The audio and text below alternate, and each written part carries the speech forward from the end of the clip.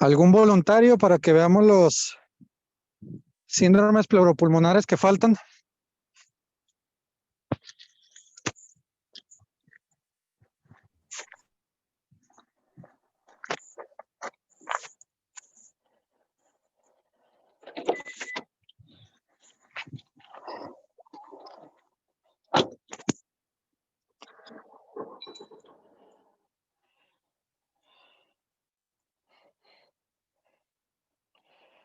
Voluntarios.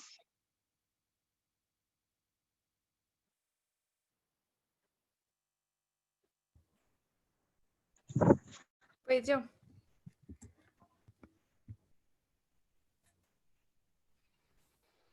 ¿Quién es?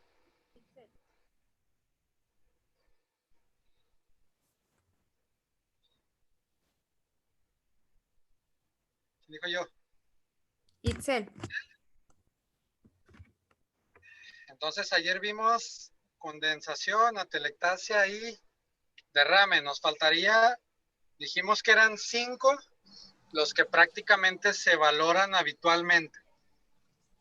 Faltaría rarefacción y neumotórax. El cavitario como tal, en muchos lados donde ustedes lo busquen, no existe. Algunos lo meten, otros no. Nosotros realmente no lo vamos a ver como síndrome pleuropulmonar, pero sí lo vamos a ver en algunas imágenes de radiología. Entonces empieza, mujer, con el que quieras de los dos. Bueno, voy a empezar con neumotórax. Ok, neumotórax. Bueno, este es cuando hay aire en el espacio entre ambas pleuras. Bueno, la presión, decía que la presión negativa de la cavidad, al igualarla con la presión atmosférica, va a provocar que un colapso pulmonar. Y bueno, en la exploración física vamos a tener un descenso del movimiento respiratorio. A las maniobras de amplexación y ampliación vamos a tenerlas disminuidas. Las vibraciones vocales van a ser ausentes, al igual que la transmisión de la voz. Y bueno, en la percusión vamos a tener timpanismo en el hemitórax afectado.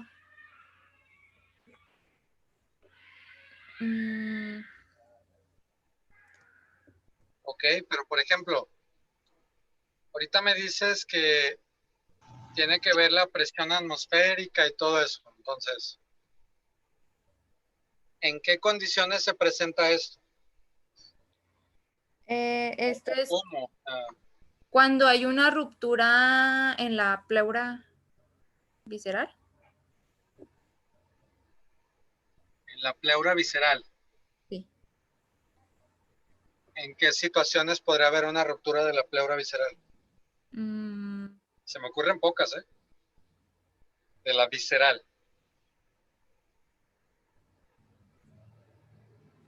Podría ser una perforación o... ¿Dónde está la pleura visceral? Pues en... La víscera. la víscera. ¿Dónde? Es la que separa los pulmones de los otros órganos. Entonces, ¿dónde está la pleura visceral? En la base ¿En qué base? de los pulmones. Ah, es que se me fue el nombre. Entonces, nada más está en la base de los pulmones. No. Entonces, ¿dónde está? ¿Podría ser en el diafragma? O sea que solo hay pleura visceral en el diafragma. No, y la que separa también del corazón.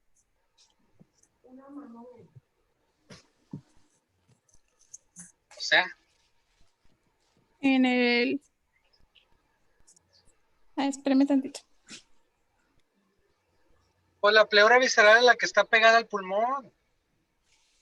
Es la que rodea el pulmón en todas sus caras, está pegada. Nada más donde no existe, pues donde entran los vasos sanguíneos. ¿Y la pleura parietal dónde está?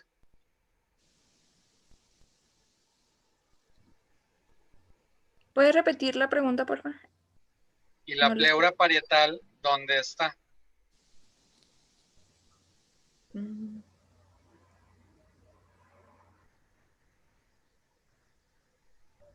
Pues esa es Ah, la visceral.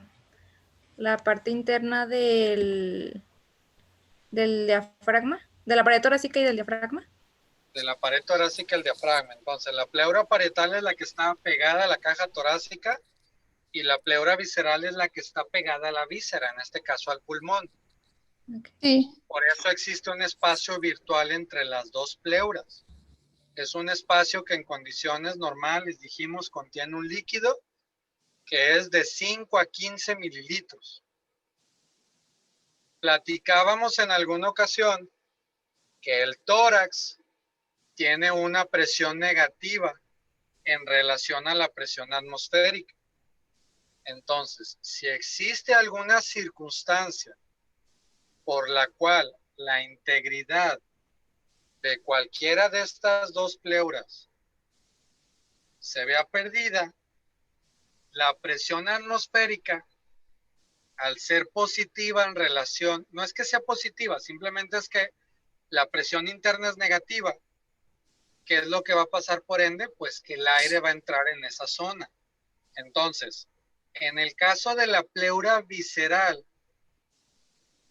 ¿en qué condiciones se podría romper? Itzel, porque tú fuiste la que me dijo, rotura de la pleura visceral. ¿En qué condiciones podrías tener que la pleura visceral se rompiera?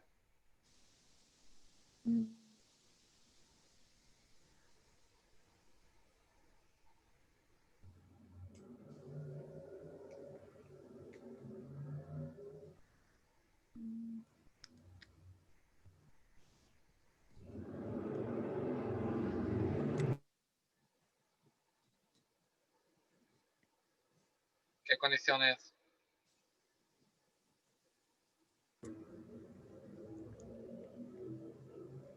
No, la verdad no sé. Pues tú le dijiste, mujer. Sí, ya sé. ¿Qué se te ocurrió?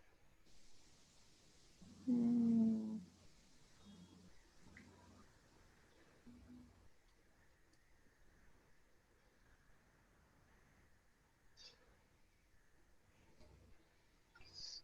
¿Cómo se les ocurre que se puede romper la pleura visceral? por un- Con una perforación de las costillas. ¿Ok? Una costilla fracturada que perfore pulmón. O sea, no necesariamente va a haber una exposición de costilla hacia el exterior. O sea, no necesariamente se va a romper la pleura parietal hacia ambiente, pero se va a romper la pleura visceral y eso va a hacer que el aire que respiramos tienda a pasar hacia el espacio pleural. ¿Sí me explico? Ajá. Otra circunstancia sería, ¿alguien sabe qué es una bula? Ay, no. No. ¿Nunca habían escuchado ese término? No, hombre. Bueno, las bulas son lesiones que se presentan en los pulmones, en los cuales hay lesión en los bronquios, tienden a hacerse de paredes delgadas y se forman como burbujas, por así decirlo. Entonces, las bulas de repente se pueden tronar de la nada y hay pacientes que pueden tener neumotórax espontáneos. ¿Sí?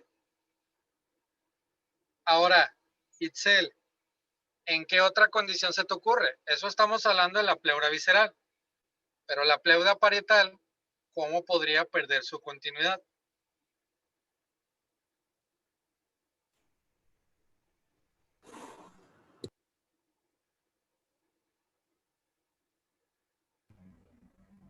Lógica.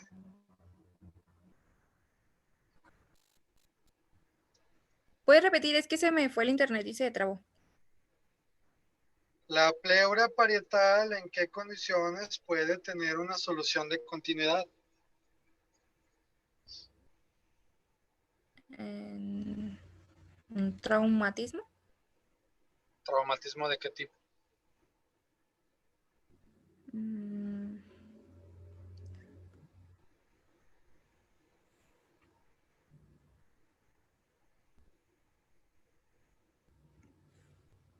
O sea, ¿qué tipo de traumatismos conocen?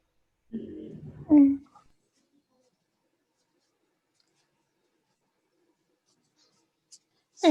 ¿Podría ser una perforación?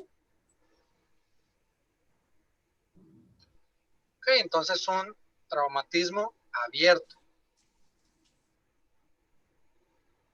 Que podría ser una herida penetrante por arma blanca, una herida penetrante por arma de fuego, algo por el estilo, ¿no? ¿Sí? Sí. Entonces, eso sería en cuanto a la fisiopatología para que se presente el síndrome de neumotórax.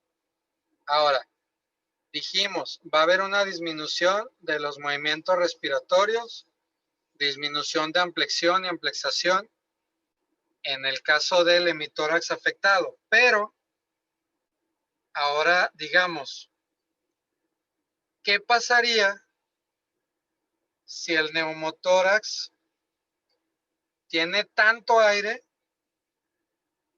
que está generando un incremento mayor? Digamos, es en el hemitórax derecho, tiene tanto aire que está haciendo que ese aire se empuje, digamos, o que supere la presión del otro hemitórax. ¿Qué pasaría?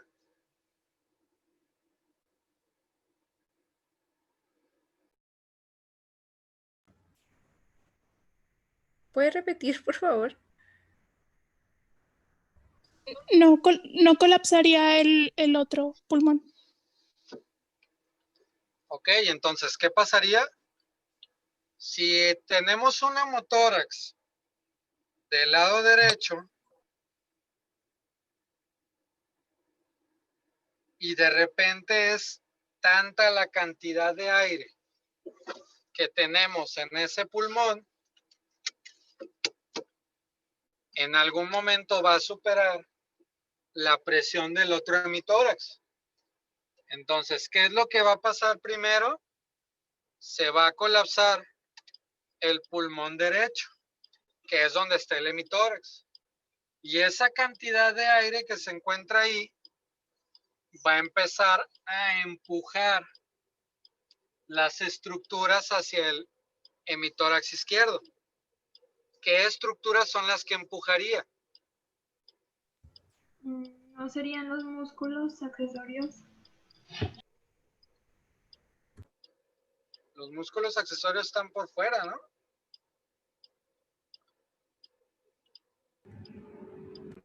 ¿Qué estructuras están en medio?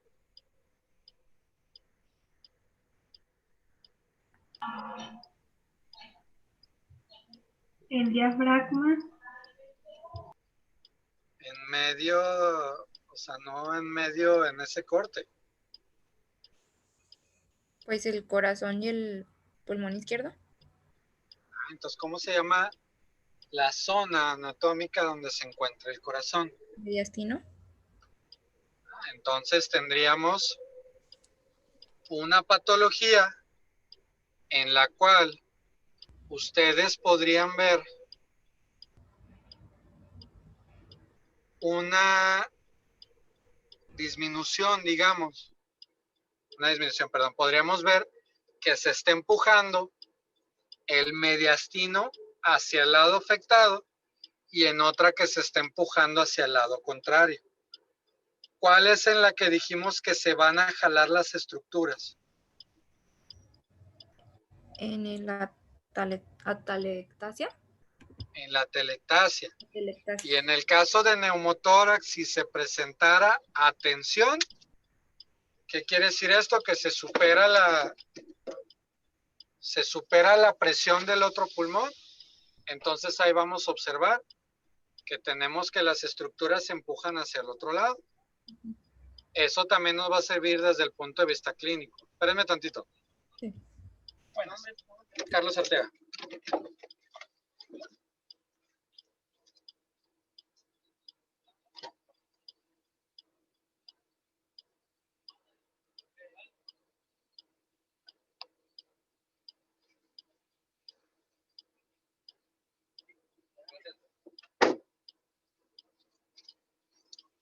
Entonces, aquí tenemos partes que nos van a servir en el diferencial. Si dijimos nosotros que cuando tenemos una atelectasia, nuestro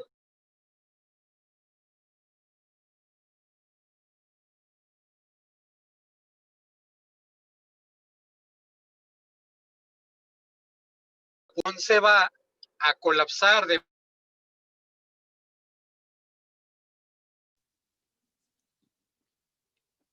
Doctor, como que se está cortando el audio.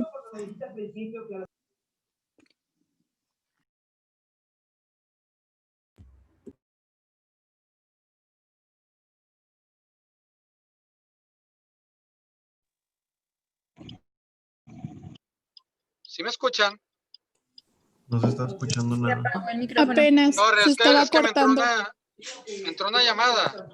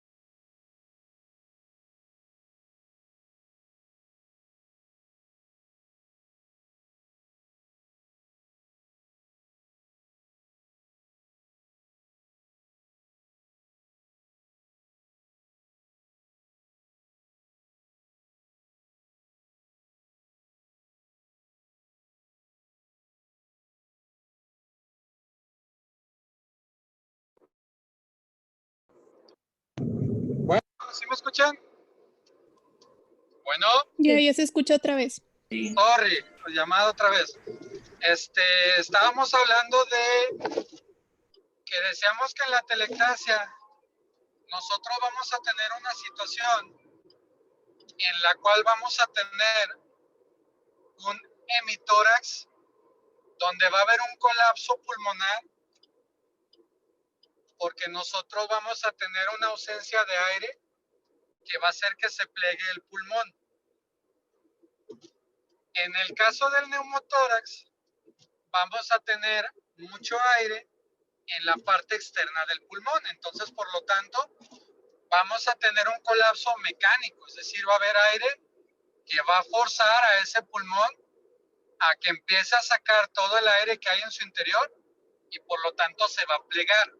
Entonces, radiológicamente, nosotros vamos a ver estructuras que se van a ver radiopacas, es decir, estructuras que se van a ver blancas, que van a ser los pulmones colapsados, pero en el caso del neumotórax, nosotros veríamos en una zona una radiolucidez muy importante. ¿A qué se refiere el término radiolucidez? Se refiere a que se vería prácticamente totalmente oscuro. ¿Por qué? Porque eso sería aire. Entonces vamos a tener una zona en la que nosotros sabemos que el hemitórax debería de estar ocupado completamente por cada pulmón. Pero en este caso, como no va a haber pulmón, simplemente va a ser aire, ahí no vamos a ver estructuras radiológicas de pulmón. No sé si me explico. Mañana vamos a ver imágenes para que más o menos les quede un poquito claro esto, ya que no lo han visto en ningún lado, pero para que vean.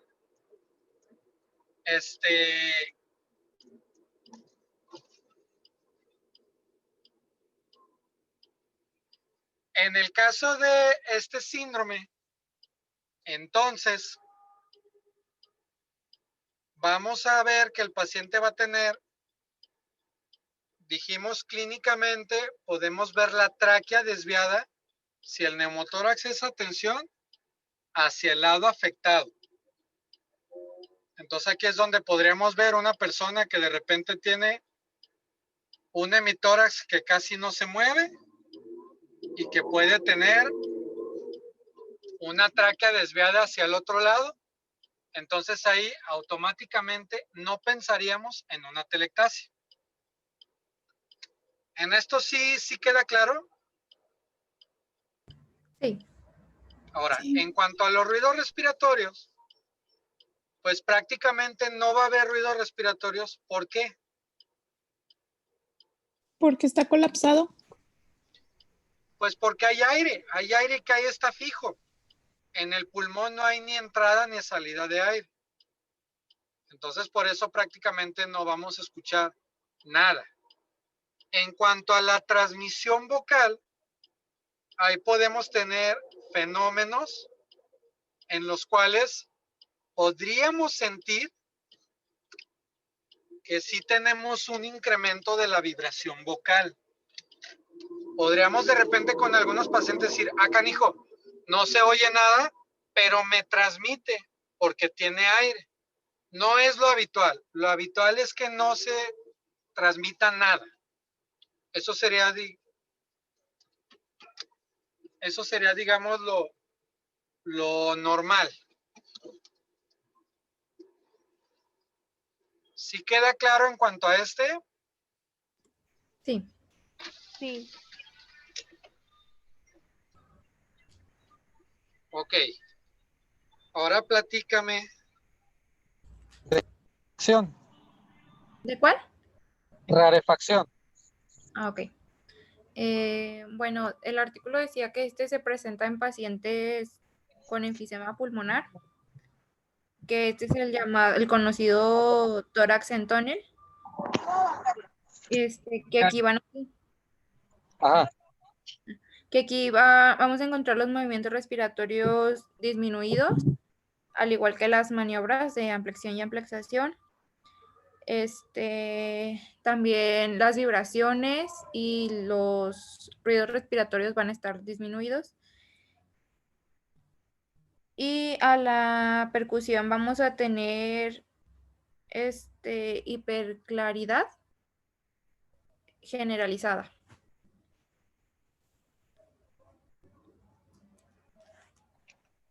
¿Eso qué significa?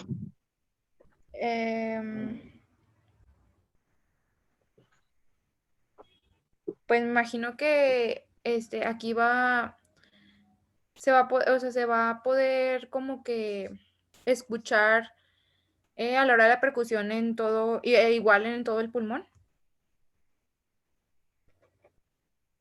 ¿Pero qué significa la hiperclaridad? Mm,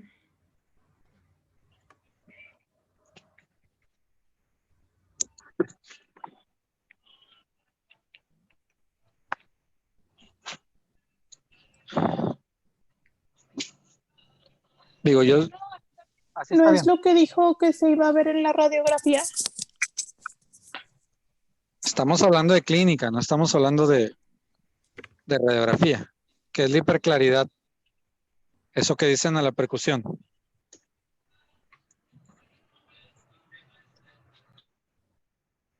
pues que el sonido a la hora de la percusión, a la hora de la percusión va a ser claro, o sea que no va.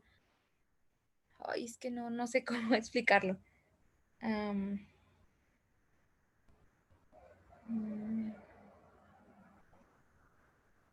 No era hipersonoridad.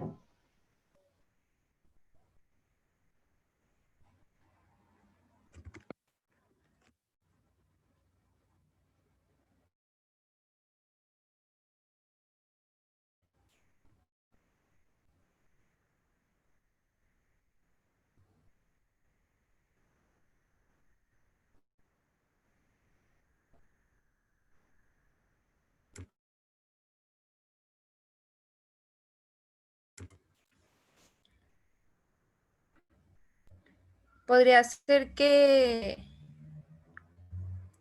va a disminuir la densidad. ¿Cómo densidad?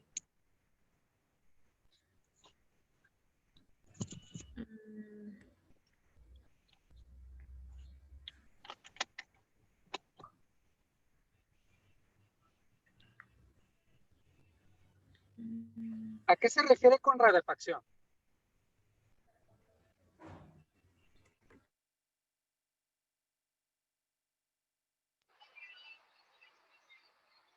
¿Qué sería la rarefacción?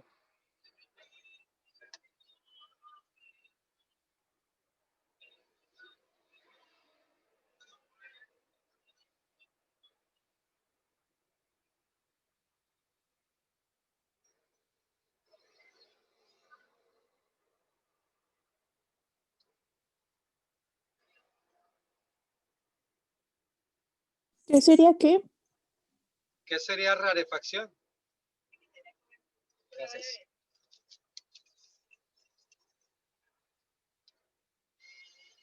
¿Qué sería rarefacción?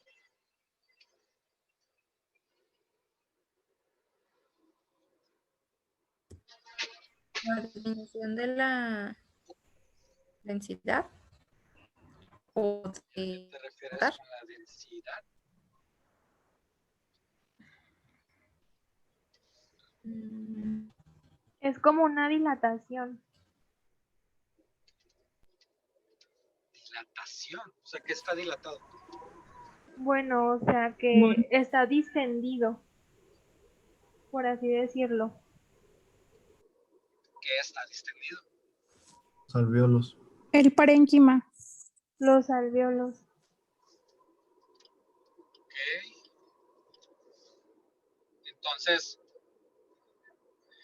¿qué creen que pasaría? Piensen con lógica. No están distendidos, simplemente están destruidos los alvéolos. Es decir, tenemos una estructura en la cual hay muchos sacos alveolares y de repente se destruyen y quedan muchos, en lugar de tener como 10, un racimito de uvas, se destruye toda la pared y queda todo el huecote. Queda, en lugar de 8 alveolitos, un super alveolote, digamos, que no sirve, vaya, como los otros alveolos. Entonces, ¿qué se les ocurre que pase ahí?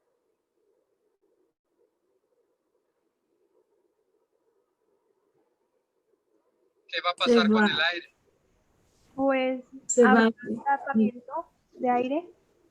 ¿Qué? Atrapamiento de aire. Ok, entonces va a ser un paciente que va a tener una mayor cantidad de aire en el interior de los pulmones.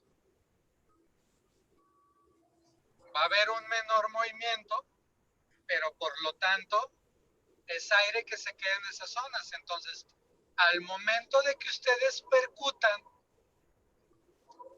dijimos que percutir timpánico se refiere que hay aire.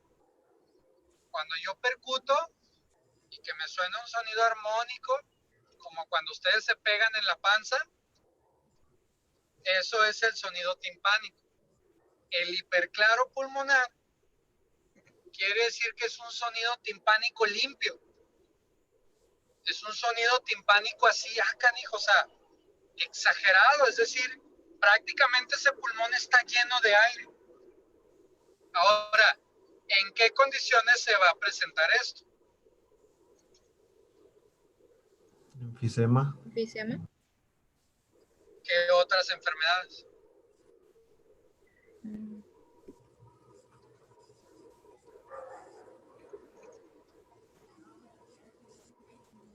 mm, Es casi exclusivo de 2 enfermedades y las dos van de la mano. El enfisema entonces va de la mano con qué otra enfermedad. No es EPOC. con el tórax, entonces. En conjunto se llaman EPOC. ¿Cómo se llama la otra enfermedad?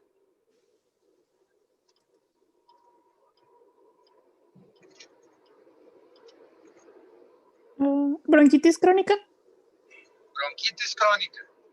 La única diferencia entre el enfisema y la bronquitis crónica es que en la bronquitis crónica va a haber una secreción mayor de mucosa. Entonces, un paciente que va a tener, aparte de un síndrome posible de rarefacción, si tiene una mayor secreción de moco, ¿qué se les ocurre que se agregaría para decir que es el síndrome de rarefacción? Por bronquitis crónica, obviamente.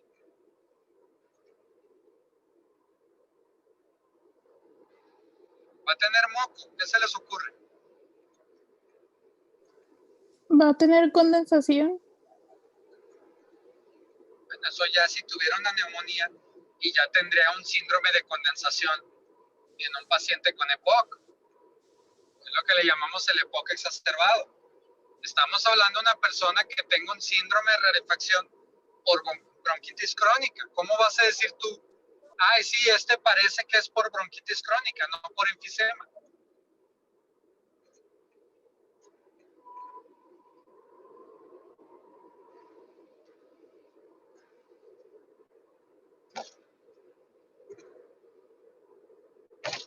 Clínicamente,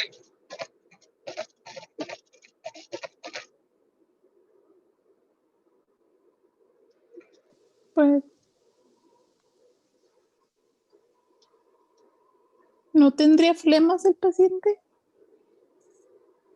sí, pero si tú lo exploras, ¿cómo vas a decir que tiene flemas?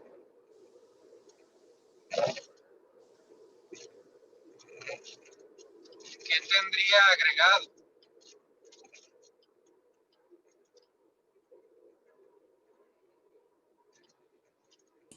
Crepitante. Tenía ruidos adventicios. ¿Cuál sería el más común? Si estamos hablando que en la bronquitis crónica el afectado sería el bronquio. ¿Qué tipo de sonido tendría? Generalmente en la bronquitis crónica se lastima el bronquio y el bronquiolo, más el bronquiolo. Entonces, ¿qué sonido adventicio tendríamos? Estridor. ¿Qué? Estridor. No. ¿Cuáles son los ruidos adventicios? Dijimos. ¿Sería el roncus? No.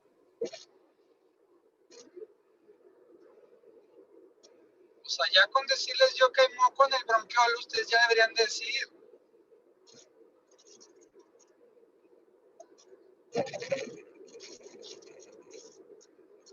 Si hay moco en el bronquiolo, ¿qué voy a escuchar?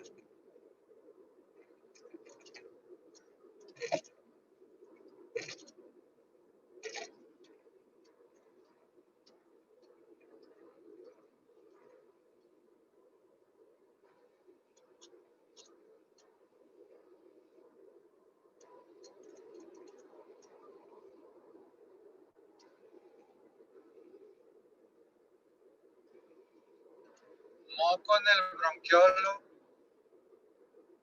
es igual a ¿Roncantes? bronquiolo. Tertores.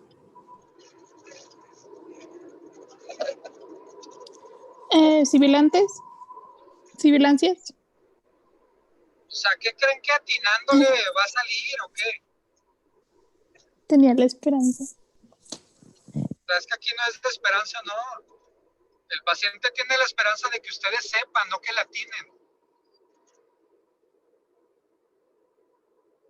Subcrepitantes. Crepitantes a nivel alveolar, subcrepitantes a nivel de bronquiolo, roncantes a nivel de bronquio y de la mayor parte de la vía aérea se pueden presentar. Sibilantes dijimos si hay una disminución de la luz de cualquier bronquio.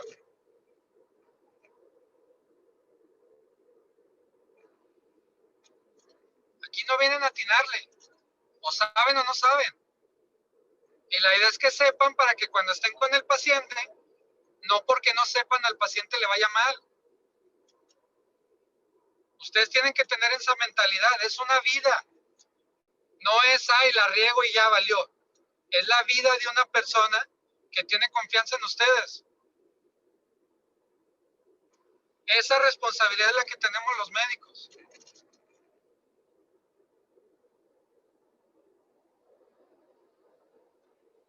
Entonces, si tenemos un rarefacción que tiene estertores subcrepitantes, podemos sospechar que ese paciente es secundario a un EPOC que tiene mayor manifestación de bronquitis crónica. Y eso es importante porque el manejo de la bronquitis crónica no es el mismo que el manejo del enfisema. Nosotros desde clínica podemos determinar qué manejo le va mejor a mi paciente antes de que yo lo compruebe.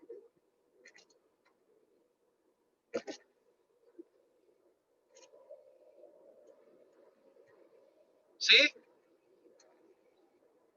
Sí. Si no entienden o no queda claro o no se explica, necesito que digan. No puede ser que ahorita algo que técnicamente me contestaron que estaba súper clarísimo hace unos días, ahorita una pregunta que debería ser sencilla, que debería ser ya no regresarse, ya no volver a decir, ya no volver a explicar que en cada punto de la vía, todo eso. Entonces, si no les queda claro, digan, no me quedó claro. A mí no me sirve nada que ustedes no aprendan. Porque en un futuro, algunos de ustedes, tengo que ser honesto con ustedes, algunos de ustedes contados van a ser especialistas. Y algunos de ustedes contados como médicos especialistas podrían atender a un familiar o incluso me podrían atender a mí. Y yo no quiero tener en mente que eran mediocres. Yo quiero tener en mente decir, no, estos chavos eran fregones.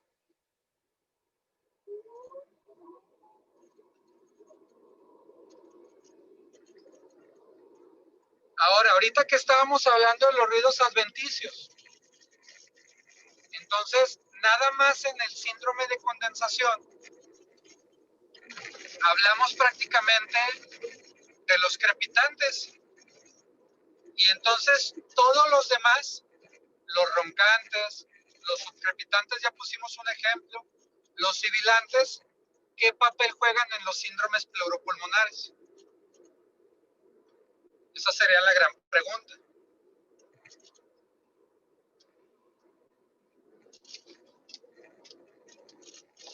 Ay, no entendí. ¿Para el diagnóstico diferencial? ¿Ok? Entonces tienen un papel para diferenciar patologías, porque obviamente si yo de repente tengo un paciente en el que se me agrega un sibilante, yo por ende ya sé que mi paciente está teniendo alguna situación por la cual está teniendo una disminución de la luz. Aquí la gran pregunta sería, ¿por qué? Si yo tengo un paciente en el que yo creo que tiene una neumonía y de repente no escucho un crepitante claro y escucho un roncante, entonces yo diría, canijo, este paciente parece que está condensando, pero yo le escucho crépitos en bronquios grandes. O sea, no le escucho sonidos claros de que tiene comprometido el alveolo, le escucho sonido de que mi paciente está comprometido desde la vía aérea grande. Entonces nosotros ya podríamos ir pensando en distintos tipos de patología. Decir, ok, mi paciente probablemente por una neumonía puede estarme haciendo una falla cardíaca y tiene unos roncantes. O mi paciente tuvo primariamente un problema en bronquios grandes que terminó en una condensación. Los sibilantes son los que prácticamente van a ser exclusivos de paciente que tiene una disminución de la luz del bronquio. Entonces, ¿cuál es la patología por excelencia, digamos clásica, que me va a dar disminución de la luz bronquial?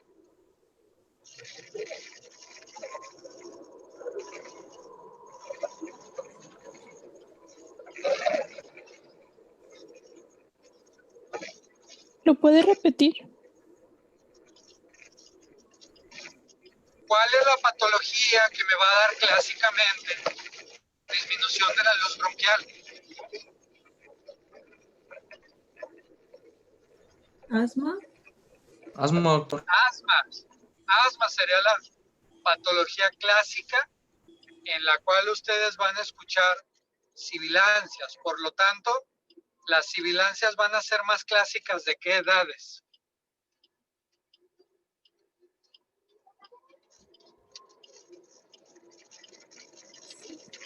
¿En qué edad es más común el asma? niños. Pues era después de los 2 años hasta... En niños. Entonces las sibilancias clásicamente van a ser ruidos adventicios que se presentan más en los niños, principalmente en el preescolar y en el escolar. En los adultos, ahora, ¿en qué condiciones podríamos tener sibilancias?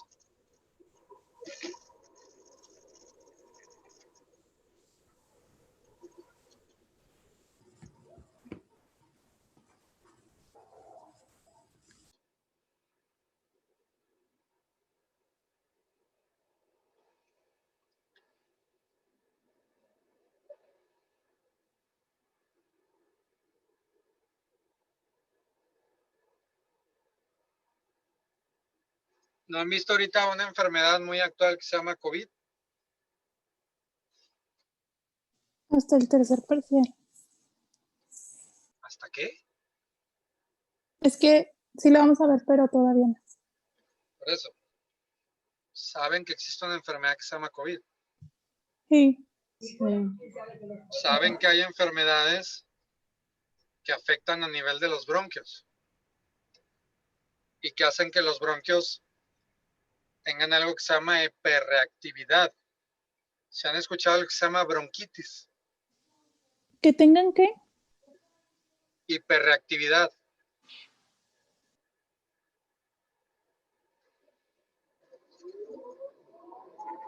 Bueno, puede haber gente con bronquitis que la manifestación son sibilancias. Ustedes pueden explorar a un paciente y decir, tiene una sibilancia en tal lado. ¿Okay? Puede tener una bronquitis en esa zona.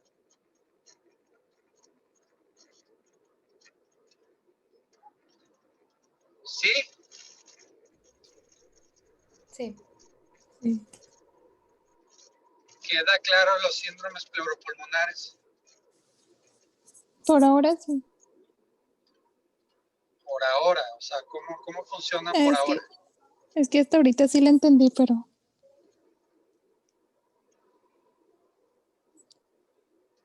pero luego ya no entiendo cosas. ¿Y de qué dependerá que le sigan No, entendiendo? pues es que...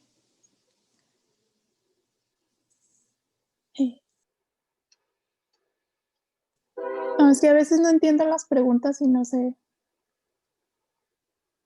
qué. La pregunta es si quedan claros los síndromes pleuropulmonares. Sí, no, ¿Qué ese no sí lo estaría entendí. claro de esa pregunta? No, ese sí o sea, no entiendo cuando nos pregunta a veces de otra manera porque todavía no se me desarrolla mucho el cerebro. Pero no, o sea, es que sí lo entiendo, pero Ok, vamos quedando algo en claro. Son estudiantes de universidad. Ese tipo de comentarios, digo, a lo mejor se lo paso a un niño de primaria, un niño de secundaria. O sea, son de universidad, ¿no? Digo, ya todos somos adultos. O sea, comentarios tantos no. Comentarios, digo, que vayan al caso. O sea, simplemente es queda claro, no. Si no queda claro, díganme en qué no queda claro. Para que trabajemos sobre lo que no queda claro.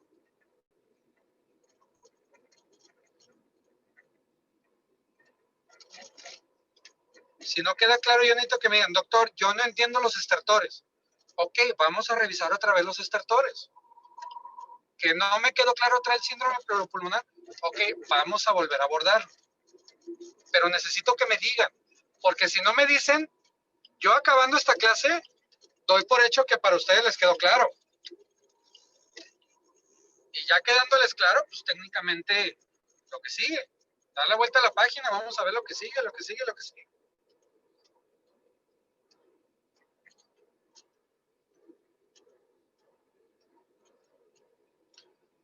Tengan en cuenta que ahorita están en la gloria, la universidad. bueno, yo me confundo Cuando entre sean los...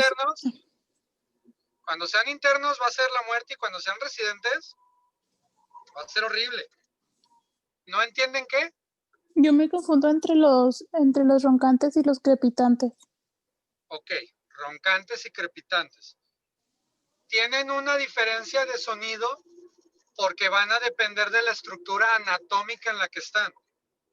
El estertor crepitante es netamente del alveolo. Entonces, el alveolo va a ser la última estructura de toda la vía respiratoria. Por lo tanto, si tú le pides a una persona que respire profundo y resulta ser que al final de ese movimiento que hizo para respirar, escuchas un sonido, ese tiene que ser a fuerza un crepitante, porque ese crepitante tú ya escuchaste que fue en la última porción de la parte respiratoria. Va a estar en el alveolo y va a ser un sonido, como va a ser nada más cuando llega hasta el final del aire, va a ser un sonido muy simple. Va a ser un sonido que solo se va a escuchar.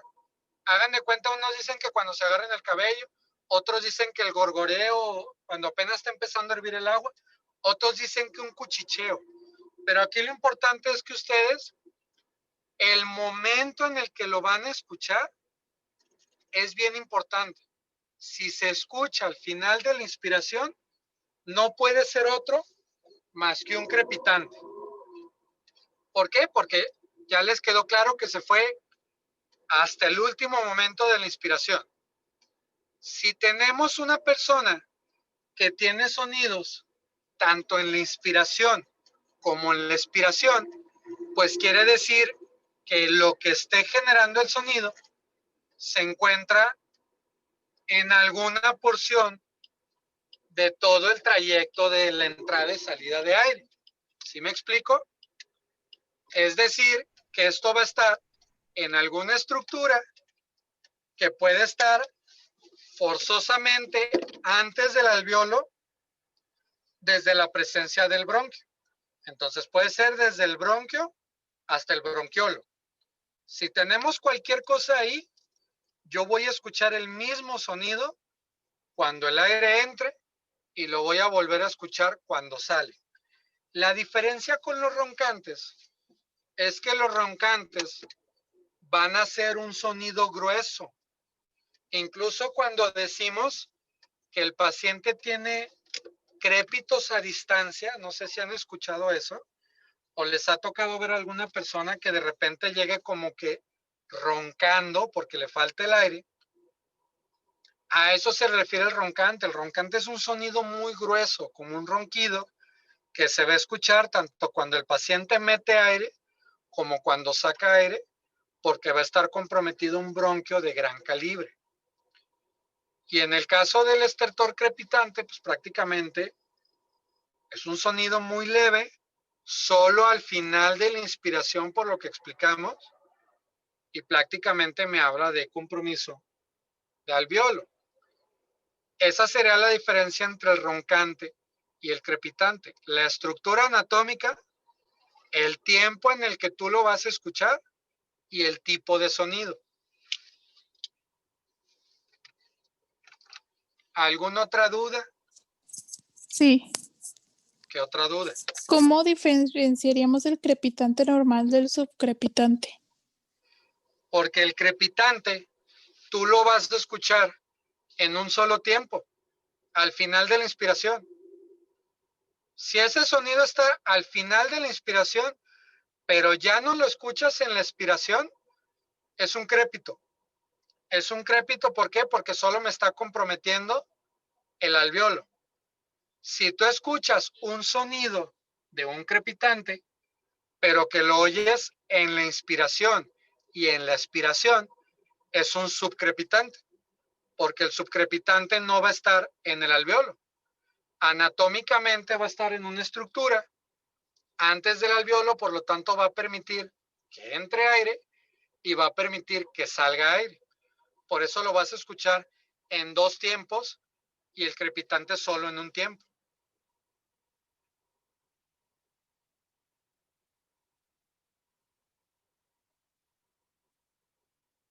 Ya, ahora sí. ¿Alguna otra duda?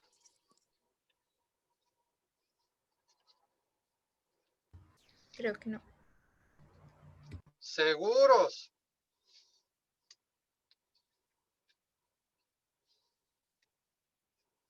Necesitamos dudas. Si tienen dudas, díganlas. Es más importante que me digan la duda a que demos por hecho que el tema ya quedó totalmente claro.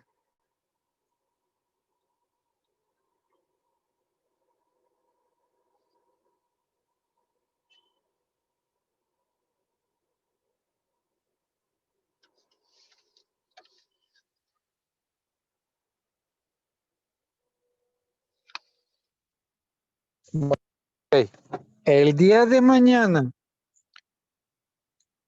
tenía contemplado que empezáramos a ver la cuestión de tórax anterior, pero como me comentaron la cuestión de radiología, vamos a revisar así de manera, digamos, breve, entre mañana que sería, mañana es jueves, ¿verdad? Sí, doctor. Entre mañana jueves y viernes vamos a revisar el apartado de radiografía de tórax PA. Tiene que ser de una manera muy breve porque la parte que es de revisar la tele de tórax en general es un tema muy amplio. Es un tema que, por ejemplo, cuando ustedes lo ven, cuando yo lo veo en la carrera, nos llevamos casi un mes y medio viendo solo tele de tórax. Entonces, obviamente aquí va a ser un súper resumen, pero para que ustedes puedan tener una idea y que digan, ok, más o menos cómo poder orientarnos en cuanto a cómo revisar una radiografía de tórax. Creo que tengo por ahí también un artículo de medicina familiar cortito para revisar ese tema y ya lo vemos mañana y pasado. ¿Qué es lo que haríamos? Mañana veríamos así como que la parte teórica, digamos, y el viernes sería que viéramos prácticamente puras imágenes radiológicas. Hola, buenas. Sería prácticamente que revisáramos pura imagen, pura imagen, pura imagen. Y con eso ya saber qué onda. ¿Sí? Ok, doctor, ¿esto que está pidiendo para mañana viene en el SUROS?